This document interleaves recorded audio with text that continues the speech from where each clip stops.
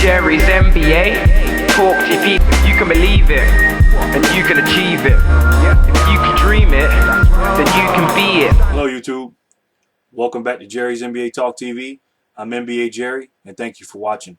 So let's get into some of the questions that you guys got for me. First question comes from HangTime23Full. He writes, he actually has two questions. If MJ didn't retire in 1993 and 1998 and played 19 seasons, how many rings and more accomplishments do you think MJ would have? That's a great question. We used to argue about this all the time. I used to say, oh, Jordan didn't retire. He would have 8 championships. He would have won in 94 and 95.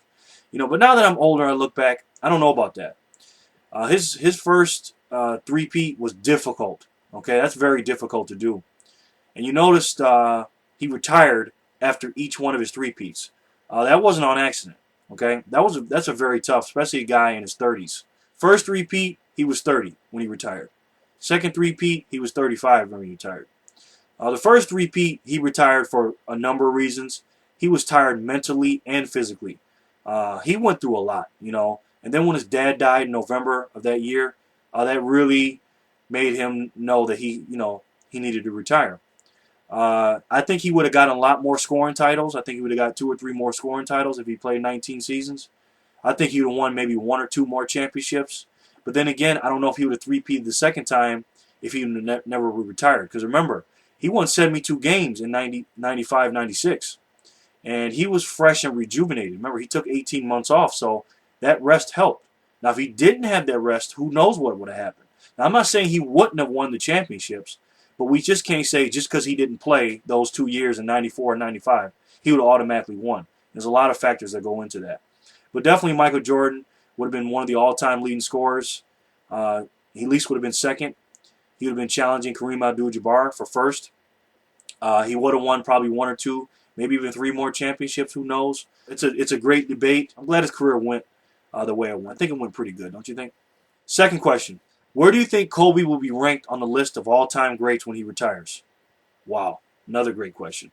I actually think Kobe Bryant will be in the top 10, maybe in the top 5. It's going to be hard to crack the top 5.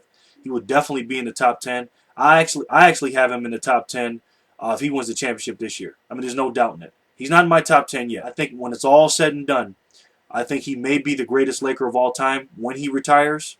Right now, he's the all-time leading scorer, and he's the all-time leader in minutes played. And every year he plays, he's just going to add in more stats. I really think they're going to win the championship this year to have 6 rings, to surpass Magic Johnson and tie Michael Jordan. It'll be interesting to see, but I definitely have him in my top 10.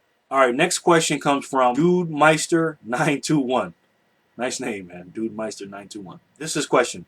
Great videos, bro. What do you think? Is it possible that the Orlando Magic can win the championship this season? Another great question. Yes, it is possible. I'm not going to say it's impossible because they're one of the 5-6 teams that can do it. But in my opinion, I think they're missing 2 things. First of all, they're missing a leader. And second of all, they're missing toughness. And I think both of those things that they're missing, Dwight Howard can provide them. With his strength, he can be an intimidator. But see, he's a nice guy. He laughs and jokes around a lot. I seen the Adidas commercial. He's saying that he's not going to do that anymore. I'll believe it when I see it. I just think his natural personality is to be a nice person. And that's cool. I don't mind people smiling and laughing. Magic Johnson used to do it too. But when it was time to get into the game, he was very, very serious. If Dwight Howard could learn how to, put the silliness to the side and be more serious and have that more fire and step his leadership up, I think the Orlando Magic could win the championship. But they also need to do one more thing as well. They need to put Rashard Lewis at his natural position of the small forward. He's not a power forward. There's nothing powerful about his game. Now, is he a great three-point shooter? Is he 6'10"? Is he a stretch 4 that can stretch the floor? Yes, he is. But the bottom line is that's not going to win a championship.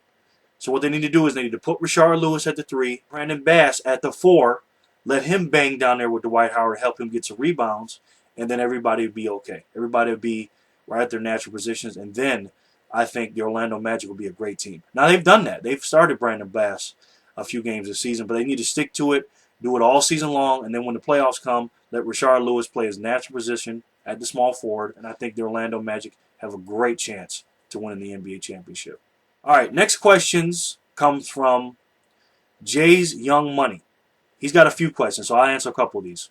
One question he asked is, who will be the Rookie of the Year? I mean, this is obvious. It's either going to be John Wall or Blake Griffin. John Wall has missed 2 games because of an injury. Blake Griffin has been losing games because of injuries of other players.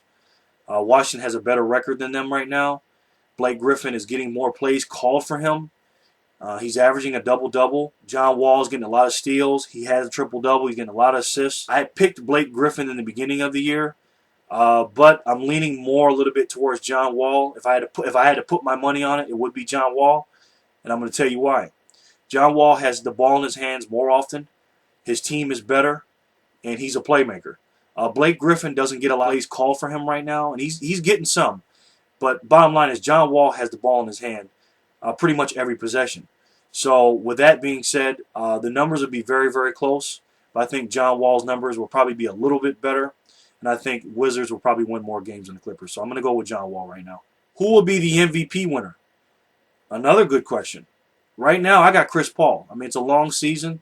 But if, like I said in the other video, if the New Orleans Hornets go to the playoffs, you got to give it to Chris Paul. There's going to be a lot of guys. I actually picked Kevin Durant in the beginning of the season.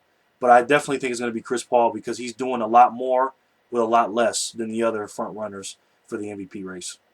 Who will be Defensive Player of the Year? Another good question. A lot of people just think that Dwight Howard's name is already, written on the trophy for the next 5 years. But I beg to differ. I'm going to make a bold statement here. Not too bold, but I think it's going to be Josh Smith. And I'm going to tell you why. Josh Smith has been a great defensive player ever since he's been in the NBA. He's a great shot blocker. He's an athletic freak, and he's a pretty good on-ball defender, too. He's underrated in that area because he blocks so many shots. People think that he's not that good on all-ball defense, but he is.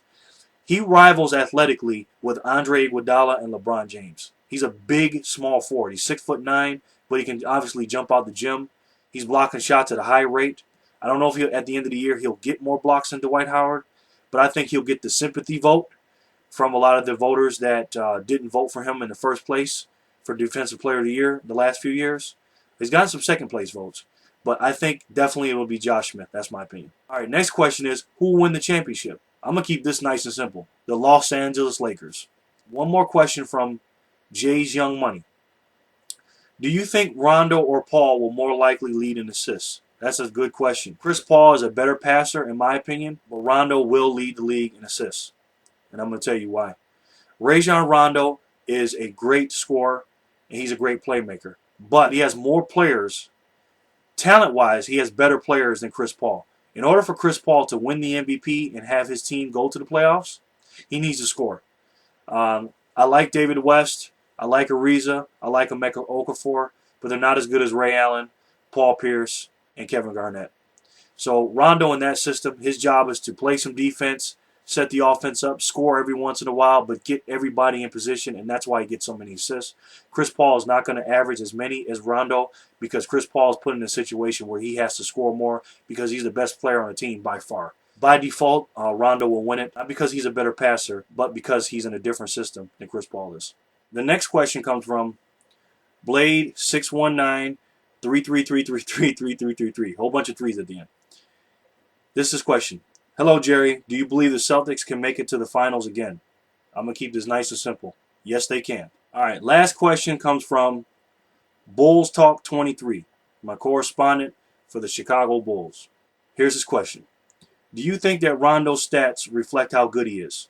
Or do you think it's more the 4 future Hall of Famers that make him look good?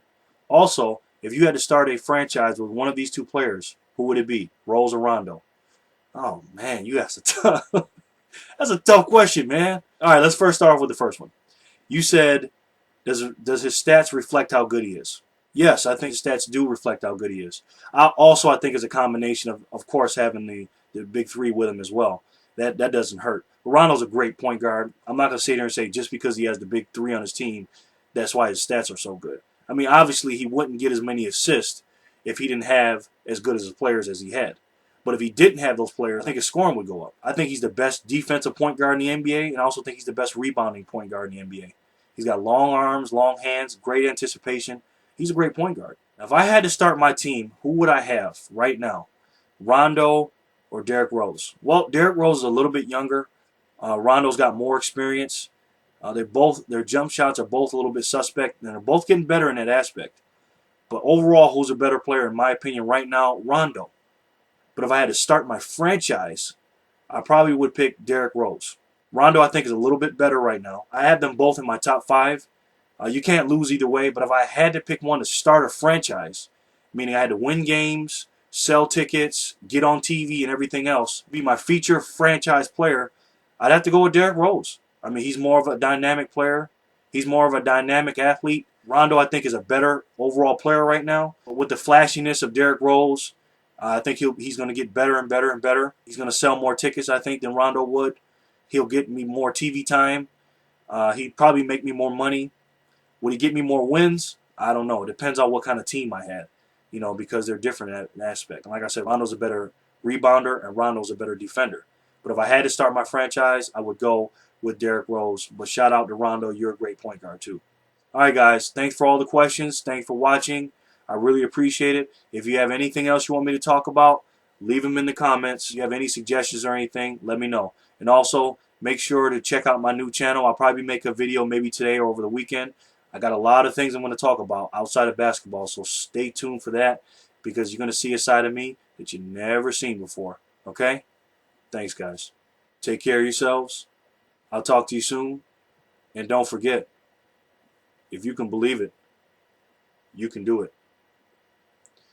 Thank you for watching. You guys know I appreciate it. And remember, folks, always, always treat people how you want to be treated. And everything will be okay. This is NBA Jerry, and I'll talk to you soon. Peace.